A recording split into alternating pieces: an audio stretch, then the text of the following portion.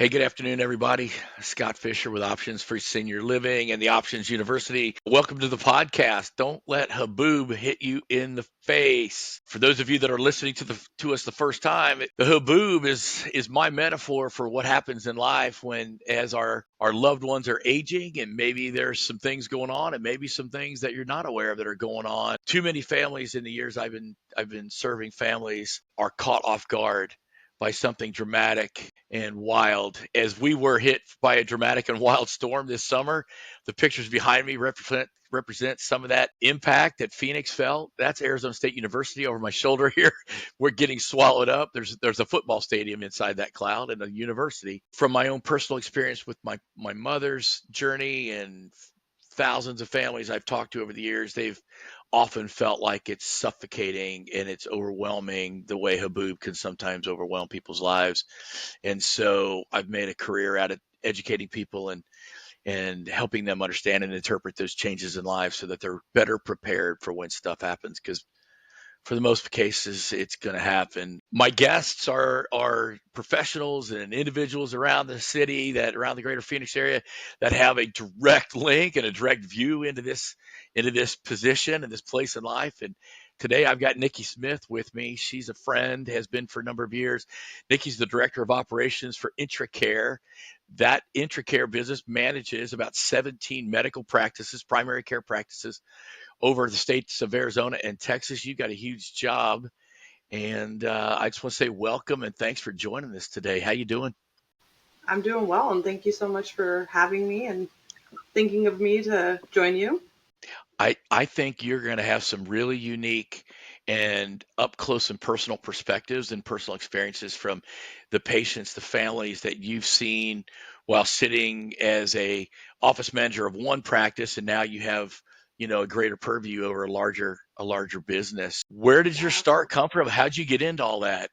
well, I am a medical assistant by trade and started off in a primary care practice and just kind of Mm, worked my way up after years and years of hard work, dedication, and being in it for the right reasons. I always yeah. tell people beneath me that it's our privilege to take care of these people. And I think with Mm. that mentality, it helps set you apart from others because you really want to do well and do well for others. When you have I'm so glad you started there. When you have the mindset that you get to do what you do, like it's a privilege. We get to. Stacy and I, our business has evolved over the years, and we have our two daughters working for us now. I tell them they get to, right? You're walking on holy ground in some people's worlds. It's a lot of pain. It's a lot of sadness as our loved ones are aging out or experiencing like the impact of dementia or Parkinson's disease or, other chronic conditions that come up. Yeah, so many things that happen to our seniors, and working in primary care, mostly dealing with geriatric patients. One thing that I Mm. I said recently was, you know, from 20 years ago, I'm like, these people are getting older. Like, how did Mm. that not click for so long? But you see the drastic change, I, I, and I'm like, what is happening? They're aging. I know. I was doing a sidebar. I was doing a workshop for a financial advisor's clients. I've known the financial advisor for 30 plus years. I went to church with her and her family. A lot of her clients are people I went to church with. My kids are now in their middle 30s. So I was saying hello to some of their clients, and I'm like, Charlie, I'm older now than when I met you. So I'm older now than when Yeah, I and met how him. come you're aging, but I'm staying the same? Like, I haven't noticed a change in Gosh, myself. yeah. Except I'm going to be 63 this year. So this is for real. Like you cannot escape the reality. And I hope that through our outreach and through these conversations, this conversation particularly, we come to a place like the reality of aging is It's knocking avo- on all of our doorsteps.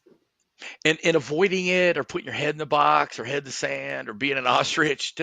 That's not helpful. That's setting you up for haboob, right? So many of folks that are in my parents' generation that were born in the mid late 30s up through the mid late 40s, they are the survivors of the Depression and the Yes. Great War. Those families endured stuff that we think we've got it hard.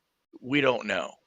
And so their No. commitment to their their privacy, their pride, their resilience is unmistakable. It often gets them in trouble with their decision making at times because they're so proud and they kind of resist help, and they're sort of defiant or protective of it, would you say? Yes, absolutely. I would say that they're very independent and they want to maintain their independence for as long as they possibly can. Yeah, yeah, yeah. You work at a primary care clinic and you manage those. And so, what is the impact of aging or your patient's aging journey? What's that? How do you measure that, or what's the effect of that on your practice? How do you see that playing out? Well, I think preventative care is something that we've put in place as a priority. And so that allows us to measure that a little more closely and help identify these things with patients before they might be able to identify them themselves, Mm, before, the haboob is actually hitting them. We strongly recommend and emphasize the fact that patients should do preventative care. Their annual wellness visits every year and their 6 month follow up every 6 months, mhm. if they have any chronic conditions, because, like, just like you said, specifically with that generation, they're so independent and they'll avoid the doctor's office at all costs if they can. They have much better things to do. But when you find out things sooner than later, the odds of keeping them independent, keeping them healthy, keeping them able to do what they want to do are higher. Do they willingly share private details if they're having struggles at home on a whole? Not always, Mm, not always, but I do think that those things present themselves when you develop a rapport. And I can't tell you the amount of stories and very personal details that I even heard as a medical assistant, let alone with the providers here in the room with patients. But there mhm. are those that are very private. So that's where, seeing them frequently and trying to pull things out of them can be beneficial. Sometimes I think the perception of our healthcare system, it's almost conveyor belt-ish. People are in and you get 6 minutes with the doctor, you get 6 minutes, it's just boom, boom, boom. But even in that current environment, it feels like there's certain providers that just have a heart for connection, eliciting trust, helping draw that out of people. I imagine also that some spouses are super protective of their spouse, and so they may Yeah. be compensating or hiding They'll from their cover for them. provider. They have no shame in covering for them. And, oh, yeah, yeah, yeah, they're fine because, we keep coming back to it, but they want to maintain their independence as long as they possibly can. That generation sees the inability to be independent as something that they've done wrong or some sort of punishment. So, and it's not that way, but But that's the perception that there's a yeah, weakness in them or something or some flaw in them. I often see their identity wrapped up in that very thing that when you absolutely. when you get down to the core thing, like who are you? And Julie says, well, I'm Eddie's girl. Like that's her identity. She's going to go to the mat for Eddie when Eddie's having lapses in his memory or wandering episodes, or it's going to take a lot for her to let somebody into that truth or the reality of what's going on in their home. Yeah, and we've Maybe not, seen that time after time. and not, and of course their kids too. How do you get the kids involved, or when do you get kids involved? Maybe is a better. Can you and will you and how do you? Is a question. Well, I mean, that is a tricky thing for primary care because you want to maintain, professionalism there, but Hmm. when you have providers that do really go above and beyond and really do care, like some that that I can name, Dr. Page, Dr. McDonald at Sun Lakes, they will be the first person to pick up the phone and contact a patient's loved one, child, and say, Yeah. all right, it's time for you to take some intervention, take some Yeah. steps. And as an adult child, I appreciate that. The rub is privacy, the rub is authority. People that are aging still retain their own authority just because they've signed some kind of a power of attorney thing or whatever doesn't give their kids authority over them as long as they have the capacity to make their own decisions. You guys deal with this every day. So you Well, have and that's adults. what's very, very complicated. Yeah. So impairment does not equal incapacity. So there's your nugget, here's your takeaway from today. Impairment does not equal, but impairment, oh man, makes decision making and judgment and follow up, I bet, a hard challenge for you guys to navigate with your patients. Yeah, and they're vulnerable. They're more vulnerable, and that's very challenging because you'll run into seeing a senior have someone reach out to them and ask them, to send gift cards. Otherwise, their electricity is going to get shut off, and they do it, and it's absolutely devastating. But they're otherwise normal and fine, but they're just more vulnerable.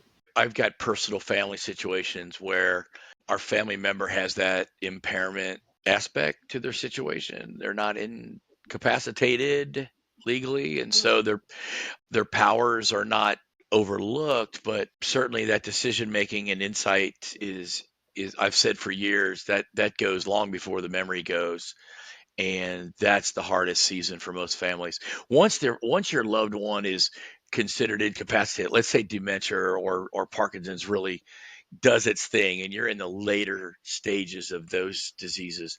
Well, now you're just managing as an adult child. You're managing, Right. um, but when you've got to walk this the gray zone for a while, that can be very hard. And with you guys is right on the front lines with those the seniors themselves. Which you said you do preventative care. Any Mhm. outreach programs that you've designed besides come into the office more frequently? Any other designed outreach to those guys or invitations in for health and wellness fairs or any sort of high touch things that you might do already or ideas that you'd like to do? We do a lot of that. I don't know if you've ever heard of like a RAF score, or that's kind of a number that we would associate with a patient, and the higher the number, the technically or on paper sicker that they are. So then they're considered more of a high risk patient. Mhm. And those type of patients, we just like to stay on top of them and see them more frequently. But yeah, there's phone calls, there's text messages that are being sent out like, hey, don't forget about us. We just want to check on you. We want to make sure you're immunized. We want to make sure, Mm, you know, with cold and flu season coming up, you're getting your flu shot and you're not vulnerable to those types of things, because some people are on top mhm. of it, but others, they don't think about those little things. We do mailers with little campaigns and things like that to Mhm. just stay on top of our seniors, and we Yeah. consider it just taking care of them. The families that we've had the privilege to help you with when you've called us in on certain situations, they love your providers. I mean, there's that Yes. relationship that's clearly in place.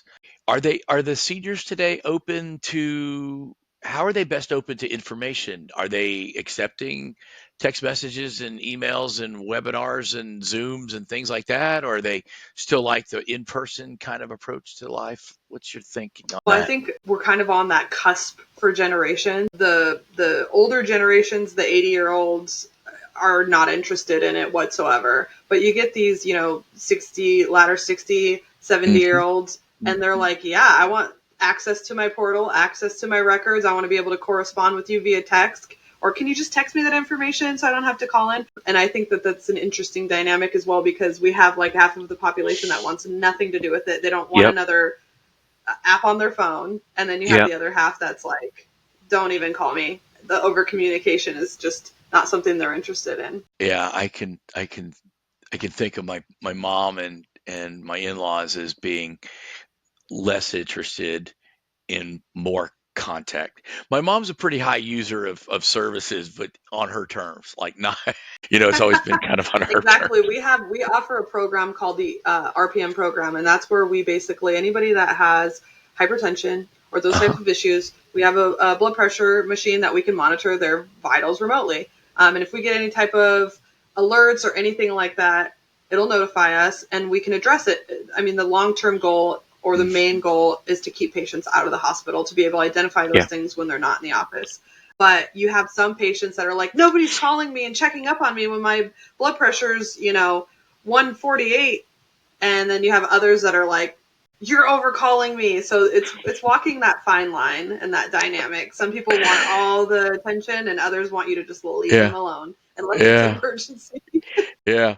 How do your community partners play into how you manage some of that? And maybe how then the follow-up was then do you envision how you could involve or have greater support as a primary care Well, clinic or practice? yeah, the community partners do play a big role. Organizations like yours, organizations like, insurance brokers and things like that, Mhm. open enrollments, it is here. And our Yeah, seniors often don't know where to turn to, and we can't necessarily advise them on that. It's kind of a conflict of interest. But right. we have community partners that were like, hey, talk to this trusted person that we have, and they can help you make the decision that's best for you. And it feels really good to have partners like you and those types of people that we've developed a rapport with and a Yeah. trust with, and that we know that our seniors are going to be in good hands when we send them over. And we totally treasure those relationships. So, Nick, as we kind of get ready for, bringing this in for landing, and I want to talk about falls and the impact on falling that's having across the city and kind of where we can help support those seniors as they're aging from the practice perspective. It takes a certain heart to be in this end of the world working with the seniors. You've said to Yes. me before, and you've got a philosophy. What's your personal feelings about working with the elderly population?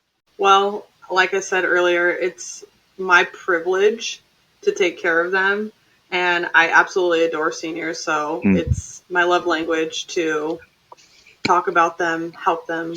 I love that. I am 23 years into our business here. My wife's two daughters joined us in the last year, Nikki, as you know. It's awesome to see these 20 somethings picking up the torch and wanting to run with it and want to serve families and serve seniors. And yes, they're young, but they're hungry and they're tenderhearted and they want to do well by people. And so they're learning what they need to learn. They're getting their experience. It's really cool to see this next generation, from me that now wants to be involved. The Yeah, I demographics. agree. I'm seeing some real drive out there with these younger people. And that's one thing I'm trickling down to all of my staff and all of our clinics is the why behind Mm, what we do, why we do what we do, and just keeping that front and center so that patients realize or people realize that when they're taking care of these patients and they're mm. coming in, they're not always having the best day, and we don't need to reciprocate any of that. Like I said, and I'll say it again, it's our privilege to take care of these people. Yeah, I love that. Here, I'm going to give you a couple statistics, and then we'll talk falls for 1 minute and the impact, and then share with me your kind of your final thoughts. Here's what's real in Maricopa County, where we live. 2020 census, there's 160,000 80-year-olds already in Maricopa County. Wow. 160,000. There is 1 million already over the age of 65, In Maricopa right? County. In Maricopa Wow. County already. We are totally top heavy. A dear friend of mine that runs a foundation here in town that engages with the city governments, the fire departments and such, the response of people falling and being on the floor is huge. The impact of the cities is massive. And so the fire departments are responding.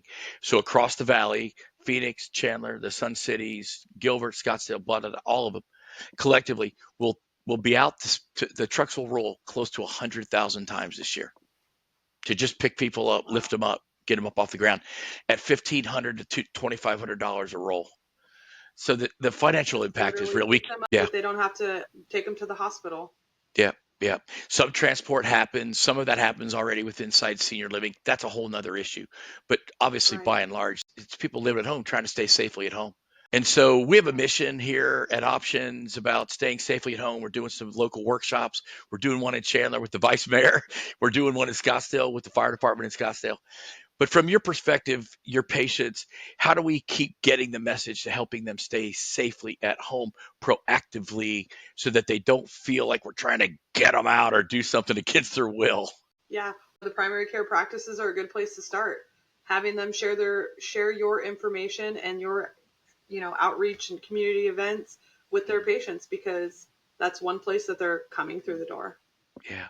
If we had an event of some kind or some communication about staying safely at home or some version of that, does that resonate, do you think, with you, your providers, and your patients? Absolutely, because Would it? being able to maintain their independence at home is a top priority to them. So we want to Okay. help that happen. Okay. All right. Well, you've given me a lot to think about. I hope this has been good for you to share. Um, I, Absolutely. this is going to be really rich for the people that hear this, and Nikki, people such as you that oversee and manage medical practices, rehab therapy clinic practices, things like that. That um, I think you've triggered some things that maybe if they're not paying attention to in their practice, they would turn on to, or maybe they've got some additional ideas. And with that, I would love to talk to you. You can find us on all the usual podcasting platforms, Spotify and such. You can find us on our YouTube channel, Options for Senior Living. Follow us on Instagram, Facebook, probably one more there too. I don't know, not TikTok, but one of them, YouTube, of course. Just want to say thank you for having me and thank you for doing what you do. Thank you so much. We really appreciate you a ton.